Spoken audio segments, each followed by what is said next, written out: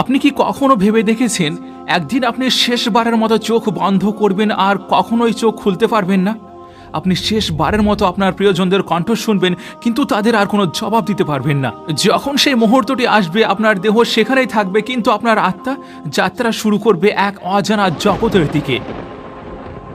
তাহলে সেই প্রথম রাত্রি কেমন হবে, আর তার পরের 40 দিনই বা কেমন কাটবে? এই ভিডিওতে আমরা প্রবেশ করব সেই রহস্যময় বারজাকের জগতে, যে জগৎ আমাদের সবার জন্য অপেক্ষা করছে। আর যিনি এই সম্পর্কে সবচেয়ে ভালোভাবে জানতেন, তিনি হলেন আমাদের প্রিয় নবী মুহাম্মদ মুস্তাফা সাল্লাল্লাহু আলাইহি ওয়াসাল্লাম। মৃত্যুর পর যা ঘটে, সেই প্রতিটি মুহূর্তকে আমরা জীবন্ত করে তুলেছি সর্বাধুনিক কৃত্রিম বুদ্ধিমত্তা প্রযুক্তির সাহায্যে, মানে এআই দ্বারা। তাহলে আপনি শুধুমাত্র ভিডিওটিতে একটু ছোট্ট লাইক করে আমাদের সঙ্গে শেষ পর্যন্ত জুড়ে থাকুন, আর জেনে নিন মৃত্যুর পরবর্তী 40 দিন কেমন কাটবে আপনার সঙ্গে। সরওয়ারে কায়নাত ইমামুল আম্বিয়া জনাবে মুহাম্মদুর রাসূলুল্লাহ সাল্লাল্লাহু আলাইহি সাল্লাম বলেছেন, প্রত্যেক প্রাণী মৃত্যুর স্বাদ গ্রহণ করবে। এখন সেই মুহূর্ত এসে গিয়েছে, যে মুহূর্ত আপনি বছরের পর বছর পিছিয়ে দিয়েছিলেন, যে মুহূর্তটিকে আপনি ভাবতেন এখন আসবে না, কিন্তু এখন সেটি আপনার সামনে। আপনার শেষ নিঃশ্বাস, আপনার জিহ্বা আর কথা বলতে পারছে না, আপনার চোখ এক বিন্দুতে স্থির হয়ে আছে, হৃদয় একবার শেষবারের মতো স্পন্দিত হয়ে থেমে গেল। ঠান্ডা ভাব পায়ের আঙ্গুল থেকে শুরু করে ধীরে ধীরে পুরো দেহ ছড়িয়ে পড়েছে। কিন্তু এটি কোনো সাধারণ ঠান্ডা নয়, এটি ইঙ্গিত দিচ্ছে যে আপনার আত্মা এখন দেহ থেকে বেরিয়ে আসতে চলেছে। হযরত দাউদ আলাইহিস সালাম মৃত্যুকে এমনভাবে বর্ণনা করেছিলেন যে যদি মৃত্যুর কষ্ট কেবল একটি চুল উপড়ানোর মতো অনুভূত হতো, তবে পর্বত সেই যন্ত্রণায় মাটির নিচে ধসে যেত। এছাড়াও বর্ণিত হয়েছে যে মুসা আলাইহিস সালাম বলেছেন, মৃত্যুর মুহূর্তটি এমন যেন এক জবাইকারীর হাতে জীবন্ত ভেড়ার চামড়া ছেঁড়া হচ্ছে। ঠিক সেই সময় আত্মা টানতে শুরু করা হয়, প্রথমে পা থেকে, তারপর হাঁটু, তারপর পেট, তারপর বুক, আর সর্বশেষে গলা পর্যন্ত এসে পৌঁছায়। আল্লাহ রাব্বুল আলামিন সূরা আল ওয়াকিয়ায় বলেছেন যে যখন প্রাণ গলায় এসে পৌঁছায়, সেই মুহূর্তে সমস্ত যন্ত্রণা একত্রিত হয়। পুরো দেহে মনে হয় যেন একসঙ্গে হাজার হাজার ছুরি চলছে। প্রতিটি কোষ যন্ত্রণায় চিৎকার করছে, যেন কোনো চুলকে গোড়া থেকে টেনে বের করা হচ্ছে। হাদিস সমূহে এসেছে, আত্মা শুরুতে দেহে প্রবেশ করতে চায়নি, তাই তার বেরিয়ে যাওয়াও কঠিন করে দেওয়া হয়েছে। ঠিক সেই সংগ্রামের মুহূর্তে আপনার পাশে উপস্থিত হয় এক অদৃশ্য অন্ধকার সত্তা। সে আর কেউ নয়, শয়তান। যে অভিশপ্ত সত্তা সারা জীবন আপনাকে বিপদে নেওয়ার চেষ্টা করেছে, সে ফিরে আসে শেষবারের মতো। কিন্তু এবার তার হাতে থাকে এক কাপ পানি। সে আপনাকে অসহনীয় তৃষ্ণায় কষ্ট দিতে দিতে বলে, আমাকে তোমার ঈমান দাও, আমি তোমাকে পানি দেব। সেই মুহূর্তে আপনার পুরো জীবন চোখের সামনে ভেসে ওঠে, আপনার নামাজ, আপনার পাপ, আপনার অশ্রু, আপনার অবহেলা আর আপনার তওবা। শয়তান লাগাতার ফিসফিস করে আপনার মনকে বিভ্রান্ত করতে থাকবে। এমনকি কিছু বর্ণনায় আছে যে সে আপনার প্রয়াত পিতামাতার রূপ নিয়েও এসে আপনাকে ভিন্ন ধর্ম অনুসরণ করতে প্ররোচনা করবে। কিন্তু যদি আপনার ঈমান সত্যিকারের হয়, তাহলে আপনি তার কথায় বিশ্বাসই করবেন না। তবে যদি আপনি জীবনের সন্দেহে ভুগে থাকেন, যদি কখনো আপনার ঈমানকে মজবুত না করে থাকেন, তাহলে আপনি সহজেই শয়তানের ফাঁদে পড়ে যাবেন এবং মৃত্যুর মুহূর্তে ইসলাম ত্যাগ করবেন। যেমন এই দুনিয়াতে কেউ কেউ তাদের ইচ্ছা ও ভোগের কারণে ধর্ম ত্যাগ করে, মৃত্যুর সময়ও তারা একইভাবে ঈমান হারিয়ে ফেলবে। সেদিন লা ইলাহা ইল্লাল্লাহ উচ্চারণ করতে শুধু সেই পারবে যে জীবনে ঈমান নিয়ে বেঁচেছিল, কারণ সত্যিকারের ঈমান থাকলে শয়তানের ফিসফিস কোনো প্রভাবই ফেলতে পারবে না। নবী করিম সাল্লাল্লাহু আলাইহি সাল্লাম বলেছেন, তুমি যেমনভাবে জীবন কাটাও তেমনইভাবে মৃত্যুবরণ করবে, আর যেভাবে মৃত্যু হবে সেইভাবে পুনরুত্থিত হবে। যারা ঈমানহীন অবস্থায় মারা যায়, তাদের মৃত্যু হয় অত্যন্ত যন্ত্রণাদায়কভাবে। ফেরেশতারা উচ্চ স্বরে বলবে, ওহে অপবিত্র আত্মা, বেরিয়ে এসো, বেরিয়ে এসো জাহান্নামের শাস্তির জন্য। তখন আত্মা দেহ থেকে টেনে ছিঁড়ে বের করা হবে, পুরো দেহ কেঁপে উঠবে, অভ্যন্তরীণ অঙ্গ প্রত্যঙ্গ মুচড়ে যাবে। দেহ আত্মাকে আঁকড়ে রাখতে চাইবে, কিন্তু আল্লাহর আদেশ অনুযায়ী ফেরেশতারা সেটিকে ছিনিয়ে নেবেন। সেই মুহূর্তে আর কিছুই করার থাকে না, তওবা তখন আর কাজে আসে না, ঈমান তখন আর কোনো মূল্য রাখবে না। আমাদের প্রিয় নবী হযরত মুহাম্মদ মুস্তাফা সাল্লাল্লাহু আলাইহি সাল্লাম একজন মুমিন ও একজন কাফেরের মৃত্যুকে এইভাবে বর্ণনা করেছেন, মুমিনের আত্মা দেহ থেকে ঠিক তেমন সহজে বেরিয়ে আসে যেমন কোনো কলস থেকে পানি গড়িয়ে পড়ে, কিন্তু কাফেরের আত্মা টেনে বের করা হয় যেন কাঁটাযুক্ত ডাল ভেজা উলের ভিতর থেকে টেনে আনা হচ্ছে, যেখানে প্রতিটি শিরা ও স্নায়ু ছিঁড়ে যায় যন্ত্রণাতে। রাসূলুল্লাহ সাল্লাল্লাহু আলাইহি সাল্লাম আরও বলেছেন, যখন অবিশ্বাসীর আত্মা বের করে নেওয়া হয়, তখন অন্যান্য ফেরেশতারা এসে তা আজরাইলের কাছ থেকে গ্রহণ করেন। তারা সেটিকে রাখেন এক খসখসে কাপড়ের থলেতে, যা তার জন্য প্রস্তুত থাকে। সেখান থেকে এমন দুর্গন্ধ বের হয় যা দুনিয়ার সবচেয়ে পচা মৃতদেহের দুর্গন্ধেরও চেয়ে ভয়ঙ্কর। ফেরেশতারা তখন সেই আত্মাকে আকাশের দিকে নিয়ে যান। পথে যত ফেরেশতাদের দল তা অতিক্রম করেন, প্রত্যেকেই জিজ্ঞেস করেন, এই নোংরা আত্মাটি কার? তখন বহনকারী ফেরেশতারা বলেন যে সেই ব্যক্তি যে সেই নামে দুনিয়াতে পরিচিত ছিল। অবশেষে তারা প্রথম আকাশে পৌঁছালে দরজা খুলে দেওয়ার অনুরোধ করা হয়, কিন্তু দরজা খোলা হয় না। তখন রাসূলুল্লাহ সাল্লাল্লাহু আলাইহি ওয়াসাল্লাম তিলাওয়াত করলেন, যারা আমাদের নিদর্শনসমূহ অস্বীকার করেছে এবং অহংকার করেছে তাদের জন্য আসমানের দরজাগুলো কখনোই খোলা হবে না, এবং তারা জান্নাতে প্রবেশ করবে না যতক্ষণ না উট সূচের ছিদ্র দিয়ে প্রবেশ করে। সূরা আল আরাফ। এরপর আল্লাহ তাআলা আদেশ দেন, তার আমলনামা লিখে রাখো পৃথিবীর সবচেয়ে নিচের স্থানে সিজ্জিনে। তারপর সেই আত্মাকে উপর থেকে নিচে নিক্ষেপ করা হয়। এরপর নবী করিম সাল্লাল্লাহু আলাইহি ওয়াসাল্লাম আরেকটি আয়াত তিলাওয়াত করলেন, যে ব্যক্তি আল্লাহর সঙ্গে কাউকে শরীক স্থাপন করে সে যেন আকাশ থেকে পড়ে গেল আর পাখিরা তাকে ছিঁড়ে নিচ্ছে, কিংবা বাতাস তাকে দূর দূরান্তে ছড়িয়ে নিয়ে যাচ্ছে। সূরা আল হজ। কিন্তু মুমিনদের ব্যাপারে কোরআন বলে, যারা বলে আমাদের প্রভু আল্লাহ আর তারপর দৃঢ়ভাবে সেই কথায় অটল থাকে, তাদের কোনো ভয় নেই, তারা কোনো দুঃখও পাবে না। সূরা আল আহকাফ। এবার যদি আপনি সত্যিকারভাবে আল্লাহর প্রতি আত্মসমর্পণ করে থাকেন, তাহলে মৃত্যুর মুহূর্তে আপনি দেখবেন মালাকুল মউত তার সহযোগী ফেরেশতারা আলোয় ভরপুর সত্তা হিসেবে আপনার সামনে উপস্থিত হয়েছেন। তারা ঘরে প্রবেশ করবে উজ্জ্বল মুখমণ্ডল নিয়ে, আর তাদের বাক্যে থাকবে রহমত ও শান্তি। তারা বলবে, ওহে পবিত্র আত্মা, বেরিয়ে এসো আপনার প্রভুর রহমতের দিকে। আপনি সন্তুষ্ট এবং আপনার প্রভুও আপনার প্রতি সন্তুষ্ট হয়েছেন। কুরআনে আবারও বলা হয়েছে, যারা বলে আমাদের প্রভু আল্লাহ এবং তারপর অটল থাকে, ফেরেশতারা তাদের কাছে এসে বলে, ভয় করো না, দুঃখ করো না, বরং আনন্দিত হও সেই জান্নাতের সুসংবাদে যার প্রতিশ্রুতি তোমাকে দেওয়া হয়েছিল। সূরা ফুসিলাত। তারপর ফেরেশতারা মুমিনের আত্মাকে সূক্ষ্ম সাদা রেশমে মুড়িয়ে জান্নাতি সুগন্ধিত করে আকাশের দিকে নিয়ে যান। তারা যখন ফেরেশতাদের কোনো দলের পাশ দিয়ে যায়, তারা জিজ্ঞেস করে, এই সুন্দর আত্মাটি কার? তখন ফেরেশতারা জবাব দেয়, সেই বান্দা যার জন্য দুনিয়ায় সবচেয়ে সুন্দর উপাধি ও প্রশংসা ব্যবহার করা হতো। যখন সেই আত্মা আকাশে পৌঁছায়, তখন জান্নাতের সব দরজা খুলে দেওয়া হয় তার জন্য। সপ্তম আকাশ পর্যন্ত প্রতিটি ফেরেশতা তাকে শান্তির শুভেচ্ছা জানায়। তখন ঘোষণা করা হয়, তার আমলনামা লিখে রাখো সৎকর্ম পরায়ণদের নথিতে। এরপর আল্লাহ তাআলা বলেন, আমার বান্দাকে পৃথিবীতে ফিরিয়ে দাও, আমি তাকে সেখান থেকে সৃষ্টি করেছি আর সেখানেই ফিরিয়ে নেব, আর সেখান থেকে কিয়ামতের দিন তাকে আবার বের করে আনব। এবার আমাদের মৃত্যুর পর দেহ পৃথিবীতে রয়ে যায় এবং জানাজার জন্য প্রস্তুত শুরু হয়। দেহ ধুয়ে পরিষ্কার করতে হয়। সহিহ হাদিসে নবী করিম সাল্লাল্লাহু আলাইহি ওয়াসাল্লাম বলেছেন, যখন তোমরা তোমাদের মৃতদেহ গোসল দাও, ভালোভাবে গোসল দিও। আমাদের চোখে দেহটি নিথর মনে হলেও এটি একসময় আত্মার বাসস্থান ছিল, এবং মৃত্যুর পরও আত্মা কোনো এক রহস্যময় বন্ধনে এর সঙ্গে যুক্ত থাকে। আর সেই সংযোগ এত গভীর যে গোসলের প্রতিটি ছোঁয়া, প্রতিটি পানির ফোঁটা, প্রতিটি নড়াচড়া আত্মা অনুভব করে, যা জীবিত মানুষ উপলব্ধি করতে পারে না। যেমন অজুর আগে ধাপে ধাপে শরীর পরিষ্কার করা হয়, তেমনই মৃতদেহকেও ধাপে ধাপে ধোয়া ও শ্রদ্ধার সঙ্গে ধোয়া হয়। আর আত্মা সব কিছু দেখছে। আপনি দেখতে পান কে সত্যি আপনার জন্য কাঁদছে, কে আপনাকে সত্যিকারের ভালোবাসত, আর কে কেবল আনুষ্ঠানিকতার জন্য এসেছে। সবই আপনি বুঝতে পারেন তখন। তারপর আপনাকে সেলাইবিহীন সাধারণ সাদা কাফনে জড়িয়ে দেওয়া হয়। আপনি সেই ছিলেন যিনি একসময় পোশাক বেছে নিতে ঘন্টার পর ঘন্টা ব্যয় করতেন। এখন মোড়ানো রয়েছেন এক টুকরো সাধারণ কাপড়ে, সবচেয়ে সরল অথচ জীবনের সবচেয়ে অর্থবহ পোশাকটিতে। আপনার জানাজা সম্পন্ন হয়, মাটির গন্ধ আপনার অনুভূতিতে মিশে যায়। আপনার জানাজার কাফন ধীরে ধীরে মাটির নিচে নামানো হয়। কবর তৈরি হয় ঠান্ডা, অন্ধকার, সংকীর্ণ। এটাই আপনার নতুন বাসস্থান। এরপর কফিন খোলা হয় আর আপনাকে ধীরে ধীরে কবরে নামিয়ে দেওয়া হয়। প্রথম মুঠো মাটি আপনার উপর পড়ে, তখন আপনিও শুনতে পারেন, কিন্তু কেউ আর আপনাকে শুনতে পায় না। ধীরে ধীরে সবাই চলে যায়, পায়ের শব্দ মিলিয়ে যায় নীরবতায়। গত রাতে আপনি ঘুমিয়েছিলেন উষ্ণ বিছানায়, আর আজ রাত্রিতে আপনি শুয়ে আছেন ঠান্ডা মাটির বুকে, দুটি পাথরের মাঝে পৃথিবীর নীরব কোলে। কবর কেঁপে ওঠে, তার দেওয়ালগুলো ফেটে যায়, আর তখন উপস্থিত হয় দুজন ভয়ঙ্কর ফেরেশতা, মুনকার ও নাকির। তাদের চোখ থেকে বিদ্যুতের মতো ঝলক বের হয়, আর কণ্ঠস্বর বজ্রের মতো গর্জে ওঠে। তাদের চুল মাটিতে স্পর্শ করে, আর তারা আপনার সামনে দাঁড়িয়ে থাকে বিশাল দৈত্যের মতো। আর এরা প্রশ্ন করার জন্য পাঠানো ফেরেশতা আল মালাইকাতুল মুয়াক্কালুন বিল সুয়াল। মুনকার ও নাকির আপনার দিকে অগ্রসর হয় তাদের দায়িত্ব পালনের জন্য, এবং শুরু হয় প্রশ্ন পর্ব।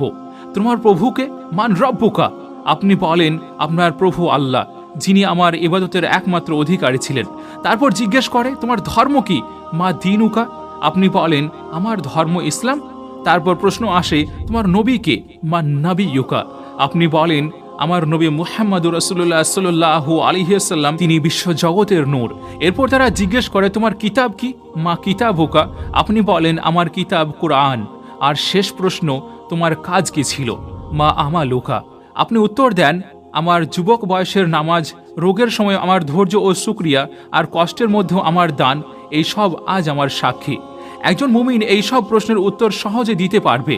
আর এই দৃশ্য সম্পর্কে আলী রাদিয়াল্লাহু তাআলা আনহু থেকে একটি বর্ণনা আছে যে তিনি প্রতি রাতে দোয়া করতেন, হে আমার প্রভু, আমাকে ওমরের খবর দিন, কারণ 6 মাস আগে তিনি তার প্রিয় বন্ধু হযরত ওমর রাদিয়াল্লাহু তাআলা আনহুকে হারিয়েছিলেন।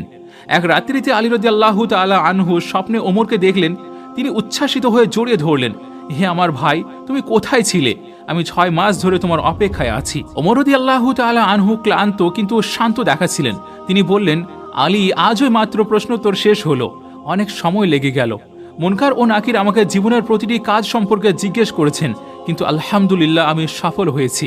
হাদিসে আরও এসেছে প্রশ্নোত্তরের সময় আরেকজন সত্তা আপনার সামনে উপস্থিত হবে।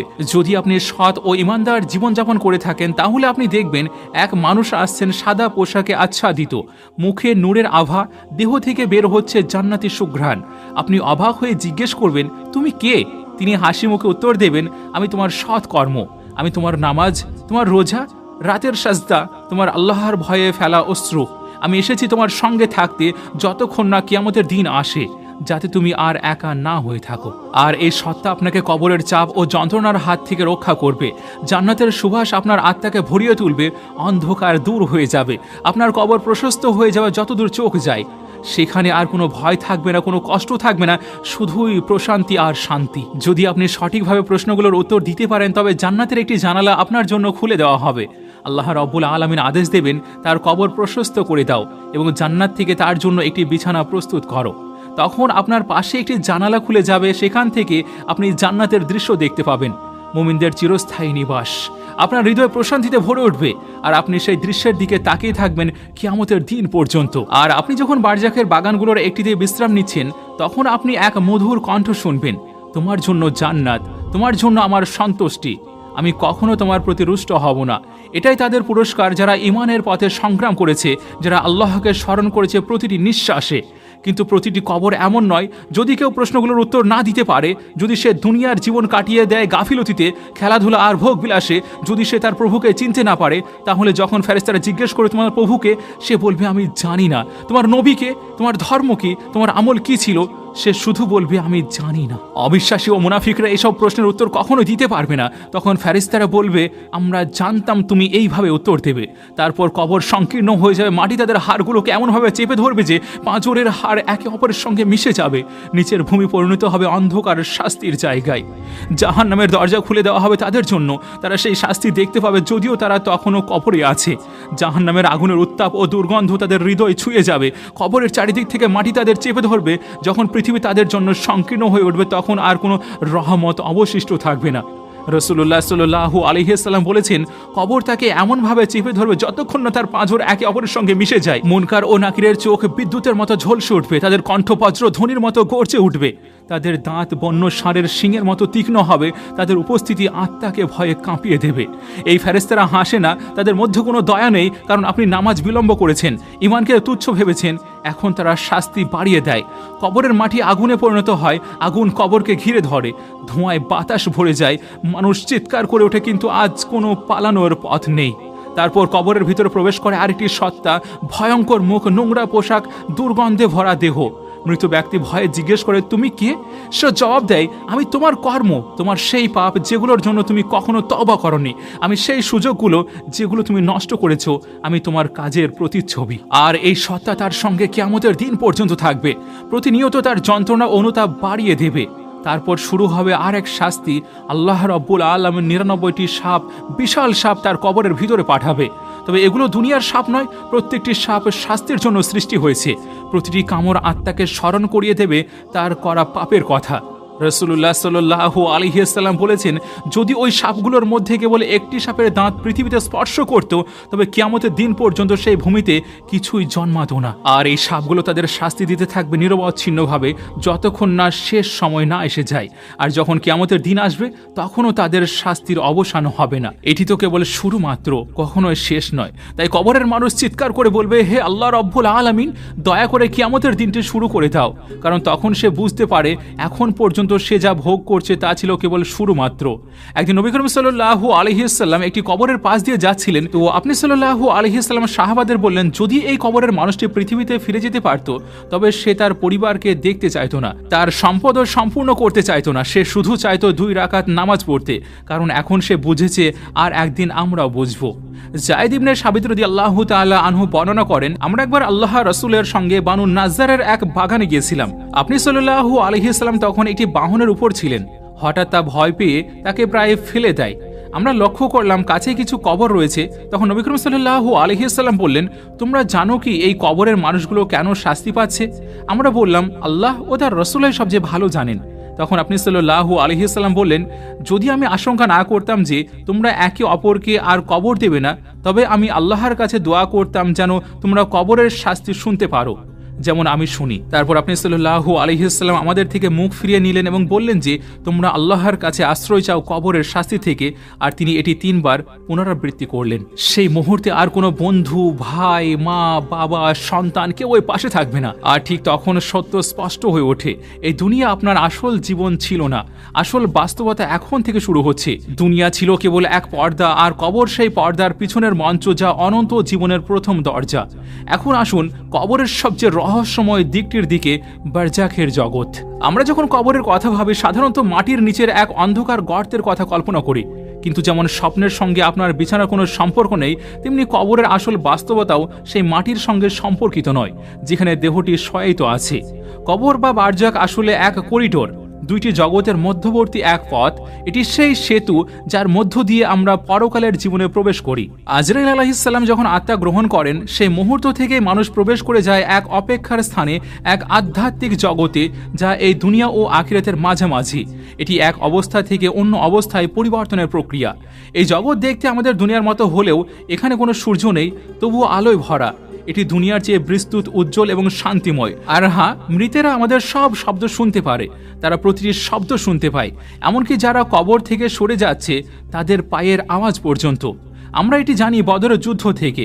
যুদ্ধ শেষ হলে নবী করিম সাল্লাল্লাহু আলাইহি ওয়াসাল্লাম অবিশ্বাসীদের কবরের পাশে গিয়ে বললেন, আবু জাহেল, উতবা, শাইবা, ইবনে আবি মুঈত, তোমরা কি এখন সত্য পেয়েছো যে আল্লাহ ও তার রসুল তোমাদের প্রতিশ্রুতি দিয়েছিলেন? আমি তো আমার প্রভুর প্রতিশ্রুতির সত্যতা পেয়েছি।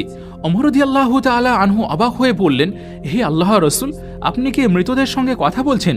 নবী করিম সাল্লাল্লাহু আলাইহি ওয়াসাল্লাম উত্তরে বললেন, তারা তোমার চেয়ে ভালো শুনতে পাচ্ছে, কিন্তু তারা জবাব দিতে পারছে না। তাহলে মৃতরা কি একে অপরের সঙ্গে কথা বলতে পারে? আব্দুল্লাহ ইবনে মুবারক রাহমাতুল্লাহ আলাইহির বর্ণনা অনুযায়ী, যখন একজন মুমিন আত্মা বারজাগে প্রবেশ করে, তখন অন্য মুমিন আত্মাগুলো এসে তাকে অভ্যর্থনা জানায়। তারা জিজ্ঞেস করে, তুমি কোথা থেকে এলে? তুমি কে? দুনিয়া এখন কি ঘটছে?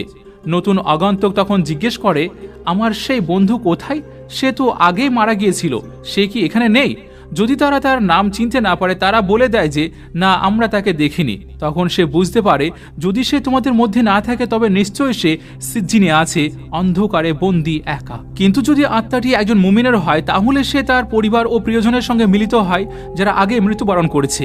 এই জগতে তারা শান্তিতে থাকে, খায়, পান করে, পরস্পরের সঙ্গে সাক্ষাৎ করে, কথা বলে, সম্পর্ক বজায় রাখে। আরও বিস্ময়কর বিষয় হলো, কিছু বিশেষ আত্মা কখনো কখনো জীবিত প্রিয়জনদের সঙ্গে যোগাযোগ করতে পারে, বাস্তবে বা স্বপ্নে। আরেক বর্ণনা অনুযায়ী, যদি মৃত কেউ কারোর স্বপ্নে আসে, সেটি হলো রুয়া সাদিকা, অর্থাৎ সত্য স্বপ্ন, যা বারজাক থেকে পাঠানো এক বার্তা। এর মানে হলো আত্মাগুলো আলমুল মিথাল বা চিত্রলোকের জগতে ভ্রমণও করতে পারে।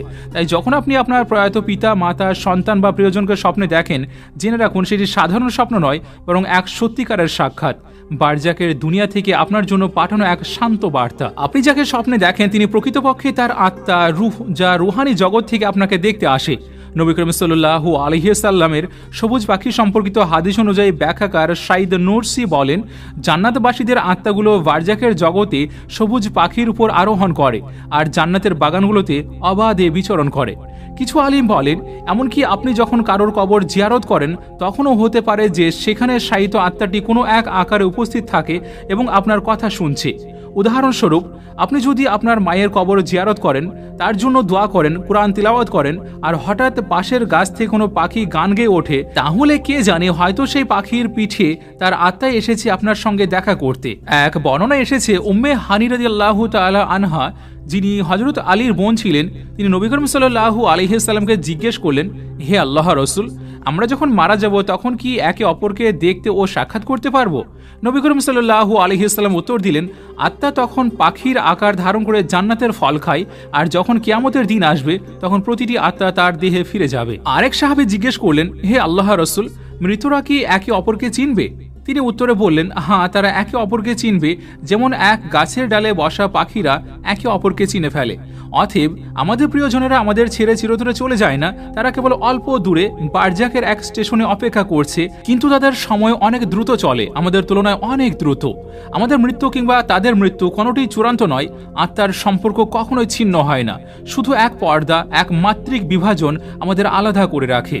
মৃত্যু সেই সম্পর্ককে ধ্বংস করে না, বরং অন্য এক জগতে স্থানান্তর করে। আল্লাহ যাদের অনুমতি দেন তারা কখনো কখনো এই পৃথিবীতেও আবির্ভূত হতে পারে, সৎরূপে নেককারদের মাঝে হেঁটে বেড়াতে পারেন। রাসূলুল্লাহ সাল্লাল্লাহু আলাইহি সাল্লামের সময় এক যুবক ছিল বানু সালি গোত্রের।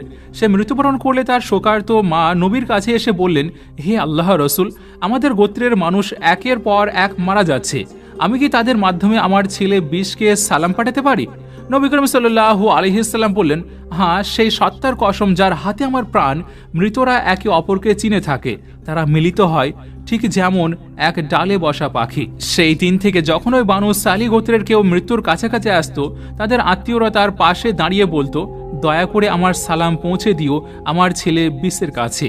সুতরাং যারা তাদের প্রিয়জনদেরকে হারিয়েছেন তারা এটা মনে রাখুন, আপনি যেন এক রেল স্টেশনে অপেক্ষা করছেন, আর যাকে আপনি ভালোবাসেন সে কেবল এক স্টেশনে আগে চলে গিয়েছে, সেখানে কোনো সিগন্যাল নেই, তাই আপনি এখন তার সঙ্গে যোগাযোগ করতে পারছেন না, এই পর্যন্তই। কিন্তু সে অপেক্ষা করছে আপনার জন্য, ইনশাআল্লাহ। আর হ্যাঁ, তাদের সঙ্গে এখন আপনার সংযোগ রয়েছে। আপনি যে সৎ কর্ম করেন, যে দান করেন, বিশেষ করে ধর্মের জন্য যে কোনো আমল করেন, তা তাদের কাছে পৌঁছে যায়। আর যখন তা পৌঁছায় তারা আনন্দিত হয়, তারা খুশি হয়, তারা এখনো ভাবে, আমার ছেলে কেমন আছে, আমার মেয়ে কি বিয়ে করেছে, আমার পরিবার কেমন আছে। একজন বিখ্যাত আলেম সুফিয়ান সাউরির এক আত্মীয়র একটি ঘটনা বর্ণনা করেন। যখন আমার পিতা মারা গেলেন আমি গভীর শোকে ডুবেছিলাম। প্রতিদিন আমি তার কবর জিয়ারত করতাম, কিন্তু সময়ের সাথে সাথে আমি কম যেতে শুরু করি। একদিন আমি কবরের পাশে বসেছিলাম, তো হালকা ঘুম এসে গেল। স্বপ্নে দেখলাম কবর খুলে গিয়েছে আর আমার পিতা কাফনের মধ্যে বসে আছেন। তখন আমি কান্না শুরু করলাম। তিনি বললেন, বাবা, তুমি এখন আর আমাকে দেখতে আসো না কেন? জানো, যখন তুমি প্রায় আসতে আমি শান্তি পেতাম, আর যখন তুমি দোয়া করতে শুধু আমি নয় বরং এই কবরস্থানের আশেপাশের আত্মারাও আনন্দিত হতো। তাহলে কি কি কাজ কবরের মানুষের জন্য শান্তি বয়ে আনে এবং কারা কবরের ভিতরে নিশ্চিন্তে বিশ্রাম নিতে পারে? নবী করিম সাল্লাল্লাহু আলাইহি সাল্লাম বলেছেন, শহীদের জন্য আল্লাহ রাব্বুল আলামিনের কাছে 6টি পুরস্কার রয়েছে। প্রথমত, মৃত্যুর পূর্বেই তার সব গুনাহ মাফ করে দেওয়া হয়। দ্বিতীয়ত, সে মৃত্যুর সঙ্গে সঙ্গে জান্নাতে তার অবস্থান দেখতে পায়। তৃতীয়ত, তাকে কবরের শাস্তি থেকে রক্ষা করা হয়। চতুর্থত, কিয়ামতের দিনের ভয়াবহতা থেকে নিরাপদ রাখা হয়। পঞ্চমত, তার মাথায় মর্যাদার মুকুট পরানো হবে, যার একটি রুবি দুনিয়া ও এর সমস্ত কিছুর চেয়ে উত্তম।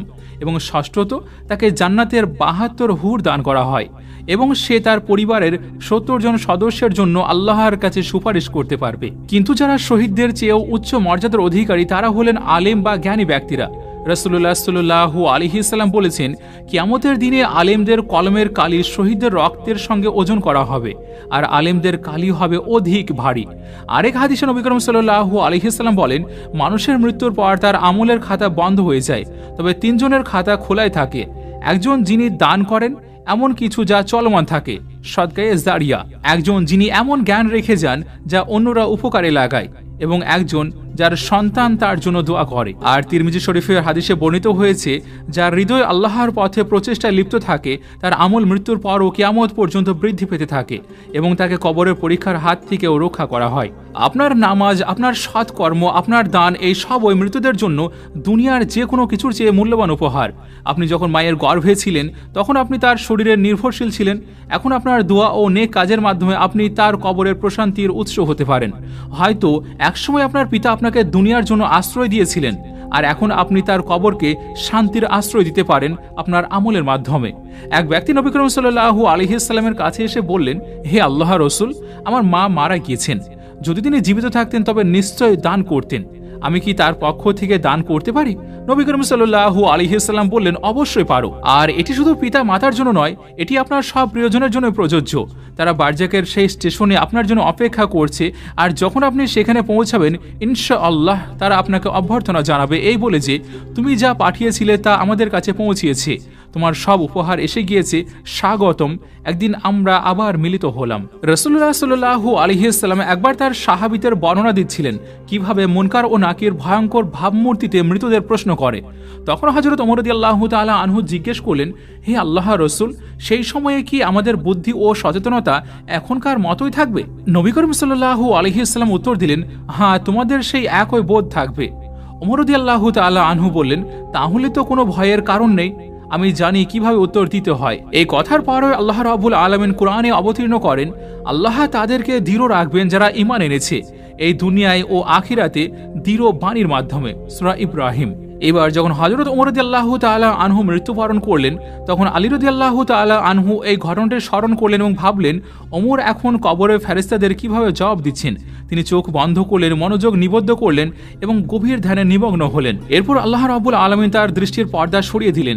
তিনি দেখতে পেলেন মুনকার ও নাকির মহিমায় ভরে তার কাছে আসছেন। তারা জিজ্ঞেস করলেন, তোমার প্রভুকে, তোমার ধর্ম কি, তোমার নবীকে? তখন ওমর রাদিয়াল্লাহু তাআলা আনহু উত্তর দিলেন, তোমরা কোথা থেকে এসেছো? ফেরেশতারা বললেন, আমরা সপ্তম আসমান থেকে এসেছি। ওমর রাদিয়াল্লাহু তাআলা আনহু জিজ্ঞেস করলেন, ওখান থেকে এখানে আসতে কত দূর?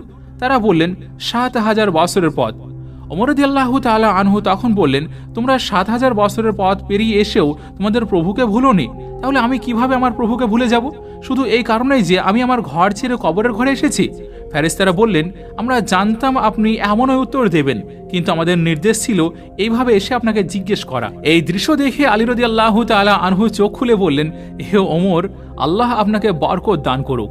আপনি সত্যিই ছিলেন সাহস ও সত্যের প্রতীক। এবার যখন আপনার সময় আসবে তখন বারজাকে আপনার জন্য অপেক্ষা করবে এক নতুন পরিবার যাদের আপনি কখনো দেখেননি। নবী করিম সাল্লাল্লাহু আলাইহি সাল্লাম ও তার সাহাবীরা তারাও হবেন আপনার নতুন পরিবার। কিন্তু প্রশ্ন হলো, আখিরাতে কি সত্যিই নতুন পরিবার দেওয়া হবে?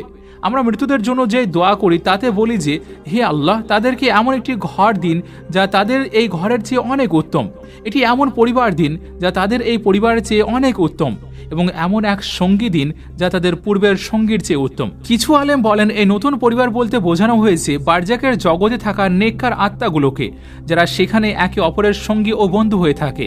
আবার কিছু আলেম বলেন, পার্থিব পরিবার সেই পরিবারই থাকবে, তবে আখিরাতের সকল রাগ, হিংসা, অহংকার ও খারাপ গুণ মুছে যাবে। সেখানে পারিবারিক মিলন হবে, কিন্তু থাকবে না কোনো ঝগড়া, ক্লান্তি, কষ্ট, থাকবে কেবলমাত্র বিশুদ্ধ ভালোবাসা। আরেক ব্যাখ্যায় বলা হয়েছে, জান্নাতে আপনি থাকবেন আপনার পরিবার, বন্ধু ও যেসব মানুষ আপনার ঈমান ও ইবাদতে অংশীদার ছিল তাদের সঙ্গে। তারা থাকবে আপনার ঘরে, আপনি থাকবেন তাদের ঘরে, এক চিরন্তন বন্ধনে। যে ব্যাখ্যায় হোক না কেন, বাস্তবতা একটাই, আপনি যাদের ভালোবাসতেন তাদের সাথে মৃত্যুর পরও সেই সম্পর্ক শেষ হয় না। আপনি যখন নামাজ পড়েন, তাদের জন্য দোয়া করেন, দান করেন, সেই সবই তাদের কাছে পৌঁছে যায় আলো, উষ্ণতা ও শান্তি হয়ে। আপনি যখন মায়ের গর্ভে ছিলেন তিনি আপনাকে জীবন দিয়েছিলেন, এখন আপনি তার বিশ্রামস্থলে জীবন ও প্রশান্তি পৌঁছে দিতে পারেন। হয়তো এক সময় আপনার পিতা আপনাকে একটি ঘর দিয়েছিলেন দুনিয়ায়, তো এখন আপনি আপনার আমলের মাধ্যমে তার কবরকে সুন্দর করে তুলতে পারেন। এটাই তারা আপনার কাছ থেকে চায়। কিন্তু মনে রাখবেন, মানুষের ইন্দ্রিয় সীমিত, আমরা সবকিছু দেখতে, শুনতে বা অনুভব করতে পারি না। এক ঈগল মানুষের চেয়ে ৮ গুণ দূরের জিনিস দেখতে পারে, এক মৌমাছি অতি বেগুনি আলো দেখতে পারে, বিড়াল অন্ধকারের সূক্ষ্মতম নড়াচড়া বুঝতে পারে, কুকুর কিলোমিটারের দূর থেকে গন্ধ শনাক্ত করতে পারে। আল্লাহ তাআলা মানুষকে নিখুঁত ভারসাম্যের ইন্দ্রিয় দিয়েছেন, যতটা প্রয়োজন ঠিক ততটাই। নবী করিম সাল্লাল্লাহু আলাইহি ওয়াসাল্লাম বলেছেন, যখন তোমরা মোরগের ডাক শোনো তখন আল্লাহর কাছে ভালো কিছুর প্রার্থনা করো, কারণ সে ফেরেশতাদেরকে দেখতে পায়। আর যখন গাধার চিৎকার শুনতে পাবে তখন আল্লাহর কাছে আশ্রয় চাও, কারণ সে শয়তানকে দেখছে। আপনি সাল্লাল্লাহু আলাইহি ওয়াসাল্লাম আরও বলেছেন, কবরের শাস্তির শব্দ সব প্রাণী শুনতে পায়, শুধু মানুষ ও জিন ছাড়া। আল্লাহ আমাদের করুণার কারণে এই শব্দগুলো থেকে বঞ্চিত করেছেন, কারণ আমরা তা সহ্য করতে পারতাম না। কল্পনা করুন, যদি আমরা কবরের আর্তনাদ শুনতে পেতাম, কেউ ওই টিকে থাকতে পারত না এই পৃথিবীতে, আর জীবন অসহনীয় হয়ে উঠত। আল্লাহ রাব্বুল আলামিন তার রহমতে আমাদের দৃষ্টিশক্তি, শ্রবণ শক্তি ও অনুভূতি সীমাবদ্ধ করে রেখেছেন। যতটা আমরা সহ্য করতে পারি ঠিক ততটাই। নবী করিম সাল্লাল্লাহু আলাইহি ওয়াসাল্লাম আরও বলেছেন, আল্লাহকে লজ্জা করো যেমন তুমি তোমাদের মধ্যে সবচেয়ে ধার্মিক ব্যক্তির সামনে লজ্জা করতে, কারণ কেউ তোমার দিকে তাকিয়ে থাকলে নিশ্চয়ই তোমার আচরণ বদলে যাবে, তাই না? অথচ আল্লাহ রাব্বুল আলামিন সব সময় তোমার দিকে তাকিয়ে আছেন। তাই মনে রাখুন, আপনার জীবনের প্রকৃত দর্শক মানুষ নয়, আল্লাহ রাব্বুল আলামিনই। আর আপনার চারপাশে ফেরেশতারা আছেনই, তারা দোয়া করছে, আপনাকে সহায়তা করছে। আবার শয়তানও আছে যে আপনাকে বিভ্রান্ত করতে চায়। আপনার হৃদয় সেই অদৃশ্য মঞ্চে যে দিক বেছে নেয়, সেটাই আসলে আপনি কে তা নির্ধারণ করে দেয়। দেখুন, রূহ বা আত্মা হলো দেহের প্রকৃত সত্তা। আর হ্যাঁ, রূহের একটি গন্ধ আছে। কেউ নবী করিম সাল্লাল্লাহু আলাইহি ওয়াসাল্লামকে জিজ্ঞেস করেছিলেন যে ফেরেশতারা কিভাবে জানে কার ইচ্ছা ভালো আর কারটা খারাপ। তিনি বলেছিলেন, যখন কেউ ভালো উদ্দেশ্য করে তখন তার রূহ থেকে মেশকের মতো সুগন্ধ ছড়ায়, আর যখন সে খারাপ ইচ্ছে করে তখন তার রূহ থেকে দুর্গন্ধ নির্গত হয়। এমনকি পৃথিবীও এটা অনুভব করে। কুরআনুল কারীমে আল্লাহ রাব্বুল আলামিন বলেন, আকাশ ও পৃথিবী তাদের জন্য কাঁদেনি, কিন্তু একজন মুমিনের মৃত্যুর পর 40 দিন পর্যন্ত পৃথিবী তার জন্য কাঁদে, কারণ তিনি দুনিয়ায় কল্যাণের ছাপ রেখে গিয়েছিলেন। নবী করিম সাল্লাল্লাহু আলাইহি ওয়াসাল্লাম একবার এক দুষ্ট আত্মার দুর্গন্ধ বর্ণনা করার সময় নাক ঢেকে ফেললেন, কারণ তা অসহনীয় ছিল। কিন্তু যখন কোনো মুমিনের রূহ আসমানের পথে ওঠে, ফেরেশতারা জিজ্ঞেস করে, এই সুন্দর গন্ধ কোথা থেকে আসছে? আর হ্যাঁ, আত্মাগুলো দুনিয়ার অন্যায় ও জুলুমও প্রত্যক্ষ করে। যেমন ইমাম আহমদ রহমতুল্লাহ আলাই যখন সত্য কথা বলার কারণে প্রহার পাচ্ছিলেন, তখন এক ব্যক্তি তার জন্য কেঁদেছিলেন। সেই রাতে তিনি স্বপ্ন শুনলেন, এক আওয়াজ বলছে যে, যদি তুমি দেখতে পারতে কিভাবে ফেরেশতারা তার ধৈর্যের প্রশংসা করছে। তিনি জিজ্ঞেস করলেন, ফেরেশতারা কি জানে যে তাকে মারধর করা হচ্ছে? উত্তরে বলা হলো, আসমানের কোনো ফেরেশতা নেই যে এই সংবাদ জানে না। তাহলে একবার ভাবুন, আপনার প্রিয়জনরাও যারা এই দুনিয়া ছেড়ে চলে গিয়েছেন, তারাও আপনার খবর জানেন। একটি অসৎ ও খারাপ ছেলের বাবা রাত্রিতে তার স্বপ্নে এসে বললেন যে, বাবা, আমরা একসময় তোমার সৎ কর্মে গর্ব করতাম, কিন্তু একদিন তুমি এমন কিছু করলে যা আমাকে লজ্জিত করেছে, আর কখনো আমাকে অন্য মুমিনদের সামনে লজ্জা দিও না। সেই দিন থেকে সেই ব্যক্তি প্রতি রাতে দোয়া করত যে, হে ধার্মিকদের প্রভু এবং পাপীদের প্রতি পরম দয়ালু আল্লাহ, আমাকে এমনভাবে তোমার দিকে ফিরিয়ে নাও যেন আমি আর কখনো আগের জীবনে ফিরে না যাই। রাসূলুল্লাহ সাল্লাল্লাহু আলাইহি ওয়াসাল্লাম বলেছেন, তোমাদের আমল তোমাদের মৃত আত্মীয়ের কাছে প্রদর্শন করা হয়।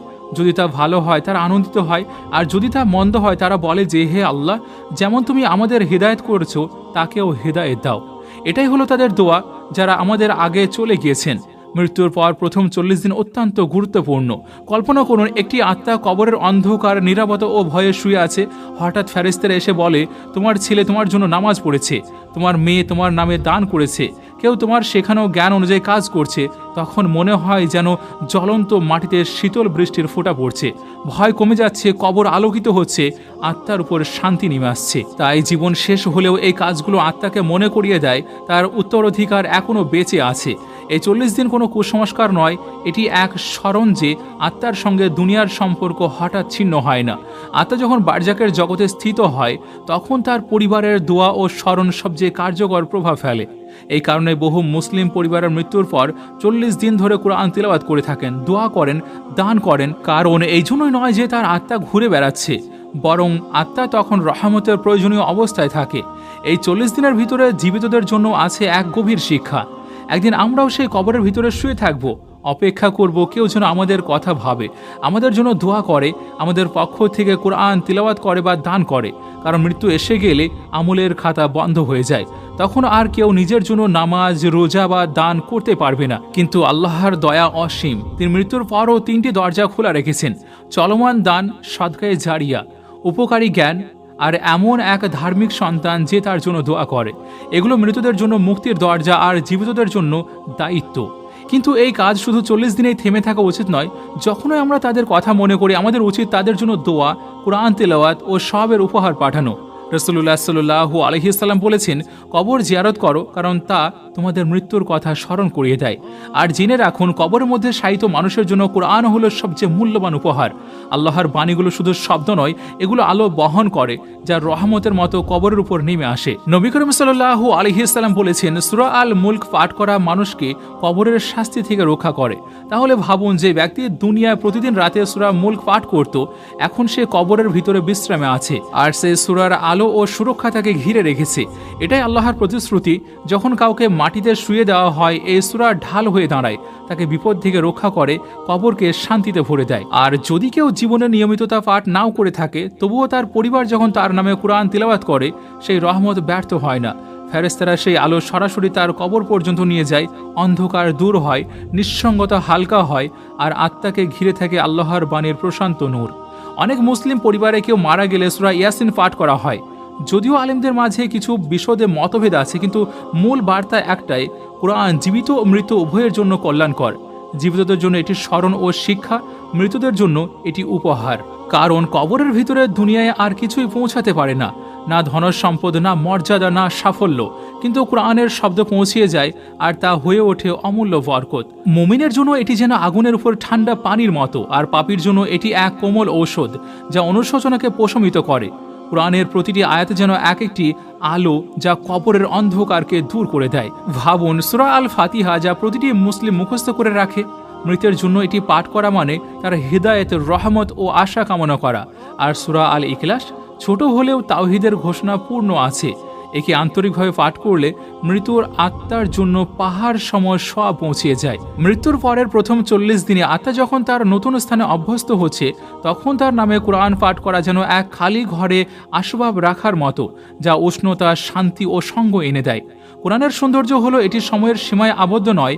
কেউ যদি পাপপূর্ণ জীবনও যাপন করে থাকে, তবুও আন্তরিকভাবে তার নামে কোরআন পাঠ করলে তার জন্য উপকারী হয়, কারণ আল্লাহর দয়া তার ক্রোধের চেয়ে অনেক বড়। এই কারণে আলেমরা বলেন, কখনো থেমে যেও না, কবরকে নীরব হতে দিও না। তোমরা কোরআনের আলো পাঠাও তাদের জন্য, কারণ প্রতিটি বর্ণ এক একটি আলো, আর প্রতিটি আয়াত এক একটি রহমত, আর প্রতিটি সূরা একটি সুরক্ষার ঢাল। যখন কোনো দুষ্ট মানুষ কবরের ভিতরে প্রবেশ করে, তার সামনে এক পর্দা সরিয়ে দেওয়া হয়। তাকে বলা হয়, দেখ, এগুলোই ছিল তোর আকাঙ্ক্ষা, ধন, মান, খ্যাতি। তুই আমার উদ্দেশ্যকে উপেক্ষা করেছিলি, আর এখন দেখ তুই কি হারিয়েছিস। তারপর জান্নাতের এক ঝলক দেখানো হয়, যা সে পেতে পারত কিন্তু হারিয়েছে, আর সেই দৃশ্যই হয়ে ওঠে তার জন্য সবচেয়ে বড় শাস্তি। তারপর আরেকটি পর্দা খোলা হয়, সে দেখে যে তার সম্পদ, তার বাড়ি, তার দুনিয়ার পরিশ্রম সব এখন অন্যদের দখলে। মানুষ আজ খাচ্ছে ও পান করছে সেই সম্পদ থেকে, যা আপনি নিজের জন্য জমিয়ে রেখেছিলেন, যে অর্থ আপনি আল্লাহর পথে ব্যয় করেননি, যেই জাকাত আপনি আটকে রেখেছিলেন, যেই দান আপনি দিতে অস্বীকার করেছিলেন। আজ আপনার দেহ মাটির নিচে পোকামাকড়ে ক্ষয় হচ্ছে, আর আপনার সন্তানরা ভোগ করছে সেই সম্পদ যা আপনি রেখে গিয়েছিলেন। অথচ আপনি দাঁড়িয়ে আছেন একা সেই সমস্ত কিছুর হিসাব দিতে। একটি আওয়াজ শোনা যায়, তোমার কিছুই তোমার সঙ্গে রইল না, বরং আরও দেখো তুমি কি হারিয়েছ, জান্নাত। আপনি দুনিয়ার ক্ষণস্থায়ী জিনিসগুলোর জন্য কি ত্যাগ করেছিলেন? আপনি অমরতার বদলে নষ্ট ব্যবস্থাকে বেছে নিয়েছিলেন। আপনার প্রকৃত সম্পদ ছিল আপনার জীবনকাল, আর যদি আপনি তা আল্লাহর পথ থেকে দূরে কাটিয়ে দেন, তাহলে অবশিষ্ট আর কি বেঁচে থাকে? তাই যারা বিলাসিতায় জীবন কাটায় কিন্তু উদ্দেশ্য ভুলে যায়, তাদের দেখে ঈর্ষা করবেন না। যত ক্ষমতাবান হোক, যতই ধনী হোক না কেন, কবর সকলকে সমান করে দেয়। সেখানে কেবল আমল ও ঈমানই গুরুত্ব পায়। আল্লাহ রাব্বুল আলামিন আমাদের সেই সব মানুষের অন্তর্ভুক্ত করুন, যারা কবরের দিকে প্রবেশ করবে শহীদদের মতো, যারা মৃত্যুর কষ্ট বা মৃত্যুর মাতাল অবস্থার যন্ত্রণা পাবে না। ভাবুন, যদি রাসূলুল্লাহ সাল্লাল্লাহু আলাইহি ওয়াসাল্লাম আজ আমাদের কাজকর্ম দেখতেন, তবে তিনি আমাদের সম্পর্কে কি বলতেন? আখিরাতে প্রবেশ করা যেন এক অভিনেতার মঞ্চ থেকে বিদায় নেওয়ার মতো। বহু বছরের অভিনয় শেষে সেই দর্শকদের সঙ্গে যুক্ত হওয়া, যারা সবসময় আপনাকে দেখেছিল, কিন্তু সেই দিন আসার আগে নিজেকে প্রশ্ন করুন, ফেরেশতারা কি আপনার উপর গর্ব করেছে, নাকি শয়তানরা আপনাকে নিয়ে গর্ব করেছে? যদি নবী করিম সাল্লাল্লাহু আলাইহি ওয়াসাল্লাম আপনাকে দেখতেন, তিনি কি বলতেন? যখন আপনার পরিবার যারা কবরের নিচে আছে আপনার খবর শুনে, তারা কি আনন্দিত হয় নাকি দুঃখিত হয়? এই উত্তরটি এখনোই লেখা হচ্ছে আপনার প্রতিটি নিঃশ্বাসে, প্রতিটি সিদ্ধান্তে, প্রতিটি পদক্ষেপে। তাই নামাজকে পিছিয়ে দেবেন না, তওবা দেরি করবেন না। যদি কাউকে জড়িয়ে ধরতে চান এখনোই ধরুন। যদি কোনো হৃদয় ভেঙে দিয়ে থাকেন এখনোই মেরামত করুন। যদি আপনি আল্লাহ থেকে দূরে সরে গিয়ে থাকেন এখনোই ফিরে আসুন, কারণ আগামীকালই হয়তো আপনার শেষ দিন হতে পারে। এখন আসুন আমরা সকলে মিলে একটি দোয়া করি। ইয়া রব্বুল আলামিন, আমাদের ইমানের সঙ্গে বাঁচার এবং ইমানের সঙ্গে মৃত্যুর তৌফিক দিও। আমাদের শেষ বাক্য লা ইলাহা ইল্লাল্লাহু মুহাম্মাদুর রাসূলুল্লাহ সাল্লাল্লাহু আলাইহি ওয়াসাল্লাম হোক। আমাদের কবরের অন্ধকারে একা ফেলে দেবেন না, আমাদের কবরকে আলো ও শান্তিতে ভরিয়ে দিন। আর আমরা আপনাকে একটি তরুণ হৃদয়ের কথা মনে করিয়ে দিই, বাস্তব জীবন শুরু হয় কবর থেকে। তাই এই দুনিয়ার জীবন এমনভাবে কাটান যেন সেই সত্যটি কখনো ভুলে না যান। সেদিন আপনার কত দীর্ঘ জীবন কাটলো তা নয়, বরং কেমন জীবন কাটালেন সেটাই আসল বিষয় হবে। এখনোই আপনার আমল নির্ধারণ করছে আপনার কবর কেমন হবে। আপনি আল্লাহকে সন্তুষ্ট করে মৃত্যুবরণ করবেন নাকি তার অসন্তুষ্ট নিয়ে বিদায় নেবেন। আপনার কবর হবে জান্নাতের বাগান নয়তো জাহান্নামের একটি গর্ত। আপনি আজ যেভাবে জীবনযাপন করছেন সেটাই ঠিক করছে আপনি কেমন মৃত্যুবরণ করবেন আর কবরের ভিতরে কি অপেক্ষা করছে আপনার জন্য। আর তারপর এক দীর্ঘ নীরব অপেক্ষার পর এক শব্দ কাঁপিয়ে দেবে সমগ্র সৃষ্টিকে, এমন এক শব্দ যা আগে কখনো শোনা যায়নি। এটাই হবে সমগ্র অস্তিত্বের সবচেয়ে মহৎ ঘটনা, কিয়ামতের দিন। সর্বশেষে আপনার কাছে অনুরোধ রইল, যদি আপনি এই ভিডিও থেকে নতুন কিছু বা ভালো কিছু শিখতে পারেন তাহলে অবশ্যই এটি আপনার ফ্যামিলি এবং প্রিয়জনের মাঝে অবশ্যই শেয়ার করবেন। আর যদি আপনি এই চ্যানেলে নতুন আসেন তাহলে চ্যানেলটিও অবশ্যই সাবস্ক্রাইব করে রাখবেন। আপনাদের সঙ্গে আমি নাহিদ, আমাদের সঙ্গে জুড়ে থাকার জন্য শুকরিয়া।